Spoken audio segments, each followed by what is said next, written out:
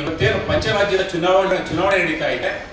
ಆ ಚುನಾವಣಾ ಸಂದರ್ಭದಲ್ಲಿ ಸನ್ಮಾನ್ಯ ಮಲ್ಲಿಕಾರ್ಜುನ್ ಖರ್ಗೆರವರು ಒಂದು ವೇದಿಕೆಯಲ್ಲಿ ಭಾಷಣ ಮಾಡಬೇಕಾದ್ರೆ ಸಂಘ ಪರಿವಾರ ಮತ್ತು ಬಿಜೆಪಿಯನ್ನ ಒಂದು ಹಾವಿಗೆ ಹೋಲಿಕೆ ಮಾಡಿ ಮಾತಾಡಿರ್ತಕ್ಕಂಥದ್ದು ಸ್ವಾಭಾವಿಕ. ಅದು ರಾಜಕೀಯ ಟೀಕೆ ಟಿಪ್ಪಣಿಗಳು ಯಾವುದೇ ಚೌಕಟ್ಟಿನಲ್ಲಿ ಆಗ್ಬೇಕಾದ್ರೆ ಆರೋಗ್ಯಕರವಾದಂಥ ಟೀಕೆ ಟಿಪ್ಪಣಿ ಆಗಬೇಕಾಗುತ್ತೆ. ಇವತ್ತು ರಾಷ್ಟ್ರ ಮಟ್ಟದಲ್ಲಿ ಅದರ ಬಗ್ಗೆ ಚರ್ಚೆ ಆಗ್ತಾ ಇದೆ.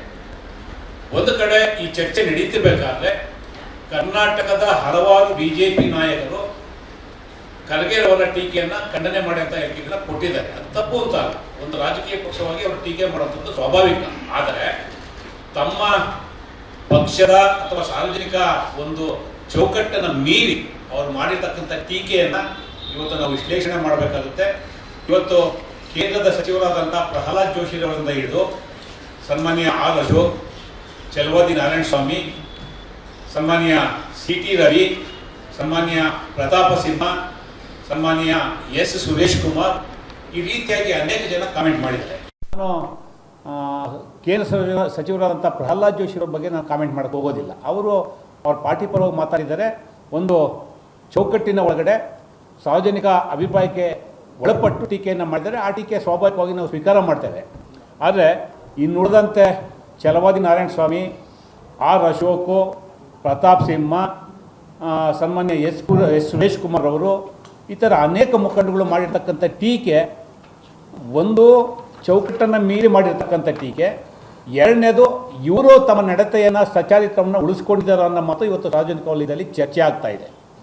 ಸನ್ಮಾನ್ಯ ಆರ್ ಅಶೋಕ್ ಅವರು, ನಾನು ಭಾಳ ಸಂದರ್ಭಗಳಲ್ಲಿ ಹೇಳಿದ್ದೀನಿ, ಕರ್ನಾಟಕದ ವಿಧಾನಸಭೆಯಲ್ಲಿ ಅತಿ ವೈಫಲ್ಯದ ವಿರೋಧ ಪಕ್ಷದ ನಾಯಕ ಆರ್ ಅಶೋಕ್, ವಿಧಾನ ಪರಿಷತ್ನಲ್ಲಿ ವೈಫಲ್ಯದ ನಾಯಕ ಮಿಸ್ಟರ್ ಚಲವಾದಿ ನಾರಾಯಣ ಸ್ವಾಮಿ ಅಂತ ಹೇಳಿದ್ದೇನೆ. ಇವತ್ತು ಅವ್ರು ಮಾಡಿರ್ತಕ್ಕಂಥ ಟೀಕೆ ಒಂದು ಕಡೆ ಆದರೆ ಅವರ ನಡೆ ಚಾರಿತ್ರ್ಯ ಸರಿ ಇದೆಯಾ? ಇವತ್ತು ಅವರು ಭೂಮಿ ಅಕ್ರಮಕ್ಕೆ ಸಂಬಂಧಪಟ್ಟಂತೆ ಬಗರ್ಕುಂ ಸಮಿತಿನಲ್ಲಿ ಅಲಾಟ್ಮೆಂಟಲ್ಲಿ ಮಾಡಿರ್ತಕ್ಕಂಥ ಮೋಸಕ್ಕೆ ಸಂಬಂಧಪಟ್ಟಂತೆ ಪ್ರಕರಣ ಇತ್ತೀಚೆಗೆ ನಿರ್ಣಯ ಆಯಿತು ಸುಪ್ರೀಂ ಕೋರ್ಟಲ್ಲಿ. ಚುನಾವಣಾ ಅಫಿಡವಿಟಲ್ಲಿ ಅದನ್ನು ಹೇಳಲಿಲ್ಲ ಅವರು ಕ್ರಿಮಿನಲ್ ಕೇಸ್ ಇದೆ ಅಂತೇಳಿ. ಅದು ಒಂದು ಕಡೆ. ಸನ್ಮಾನ್ಯ ಪ್ರತಾಪ್ ಸಿಂಹರವರು ಬಹುತೇಕ ಮಾತೆತ್ತರ ಎಲ್ಲವೂ ಕೊಡ್ತಾ ಇದ್ದಾರೆ ಇತ್ತೀಚೆಗೆ. ಪ್ರತಾಪ್ ಸಿಂಹರವರಿಗೆ ನೇರವಾಗಿ ಪ್ರಶ್ನೆ ಕೇಳೋದಕ್ಕೆ ಇಷ್ಟಪಡ್ತೇನೆ.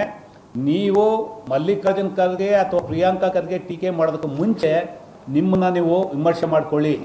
ನೀವು ಮಾತೆತ್ತರೆ ಸಂಘ ಪರಿವಾರದ ಹೆಸರು ಹೇಳ್ತೀರಾ. ನೀವು ಕಚ್ಚೆ ಹರಕುತನದ ಕಾರಣಕ್ಕಾಗಿ ಕೋರ್ಟಲ್ಲಿ ಹೋಗಿ ಸ್ಟೇ ತೊಗೊಂಬಂದಿದ್ದೀರಾ.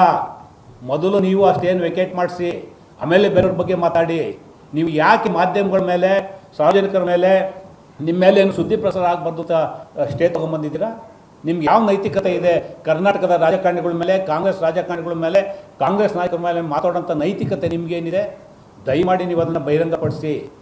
ಸನ್ಮಾನ್ಯ ಎಸ್. ಸುರೇಶ್ ಕುಮಾರ್ ಅವರು ಪಾಪ ಎಲ್ಲ ಕಳೆದೋಗ್ಬಿಟ್ಟಿರೋರು. ರಾಜನಗರದ ಸುರೇಶ್ ಕುಮಾರ್ ಇದರಂತೆ ಭಾಳ ಜನ ಗೊತ್ತಿರಲಿಲ್ಲ. ಇತ್ತೀಚೆಗೇನೋ ಆರೋಗ್ಯ ಸುಧಾರಣೆ ಮಾಡ್ಕೊಂಡು ಬಂದಿದ್ದಾರೆ. ಅವ್ರದ್ದೇ BJP ಸರ್ಕಾರ ಇದ್ದಾಗ ಸಚಿವ ಸ್ಥಾನದಿಂದ ತೆಗೆದ ಮೇಲೆ KPC ಮುಂದೆ ಹೋಗಿ ಅಟೆಂಡರ್ ಕೆಲಸ ಮಾಡಿದ್ರು. ಅವ್ರು ಇವತ್ತು ಖರ್ಗೆಯವ್ರ ಬಗ್ಗೆ ಮಾತಾಡೋಕೆ ಕೊಟ್ಟಿದ್ದಾರೆ. ಪಾಪ ಅವ್ರಿಗೆ ರಾಜಕೀಯ ಅಸ್ತಿತ್ವ ಉಳಿಸ್ಕೊಳ್ಳೋಂಥ ಅನಿವಾರ್ಯತೆ ಬಂದಿದೆ. ಆ ಕಾರಣಕ್ಕೆ ಇವತ್ತು ಅವರು ಟೀಕೆ ಮಾಡೋಕೆ ಕೊಟ್ಟಿದ್ದಾರೆ ಸುರೇಶ್ ಕುಮಾರ್ ಅವರು. ನೀವು ಯಾವುದೇ BJP ನಾಯಕರು ನಮ್ಮ ನಾಯಕರ ಬಗ್ಗೆ ಮಾತಾಡಬೇಕಾದ್ರೆ ನಿಮ್ಮ ಚಾರಿತ್ರ್ಯವನ್ನು ಸರಿಯಾಗಿ ಇಟ್ಕೊಳ್ಳಿ. ಸನ್ಮಾನ್ಯ ಸಿ.ಟಿ. ರವಿರವರೇ, ಇಟ್ಟಂಡ್ ನಡೆದ ಕೇಸು ಕುಣಿಗಲ್ದು ಜನ ಮರ್ತಿಲ್ಲ. ನೀವು ಸಿ.ಟಿ. ರವಿ ಅಂತ ಹೇಳ್ಬಿಟ್ಟು ಜನ ಎಲ್ಲ ಬೀದಿಲಿ ಕೂಗ್ತಾರೆ. ಮೊದಲು ನೀವು ಸರಿಪಡಿಸ್ಕೊಳ್ಳಿ, ಆಮೇಲೆ ಖರ್ಗೆಯವ್ರ ಬಗ್ಗೆ ಮಾತಾಡಿ. AICC ಅಧ್ಯಕ್ಷ ಬಗ್ಗೆ ಮಾತಾಡಬೇಕಾದ್ರೆ ನಿಮ್ಮನ್ನು ನೀವು ಸರಿಪಡಿಸ್ಕೊಂಡು ಆಮೇಲೆ ಮಾತಾಡಿ.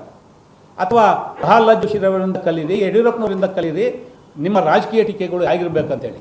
ಅದನ್ನು ಬಿಟ್ಟು ಎಲ್ಲೇ ಮೀರಿ ಮಾತಾಡಿದ್ರೆ ನಿಮ್ಮ ಭಾಷೆನಲ್ಲೇ ಕಾಂಗ್ರೆಸ್ ಪಕ್ಷ ಉತ್ತರವನ್ನು ಕೊಡಬೇಕಾಗುತ್ತೆ. ಕ್ಷಣ ಕ್ಷಣದ ಸುದ್ದಿಗಳಿಗಾಗಿ ಫ್ರೀಡಂ ಟಿವಿ ಸಬ್ಸ್ಕ್ರೈಬ್ ಮಾಡಿ, ಲೈಕ್ ಮಾಡಿ ಹಾಗೂ ಫಾಲೋ ಮಾಡಿ. ಹೊಸ ಸುದ್ದಿಗಳ ನೋಟಿಫಿಕೇಶನ್ಗಾಗಿ ಬೆಲ್ ಐಕಾನ್ ಮೇಲೆ ಕ್ಲಿಕ್ ಮಾಡಿ.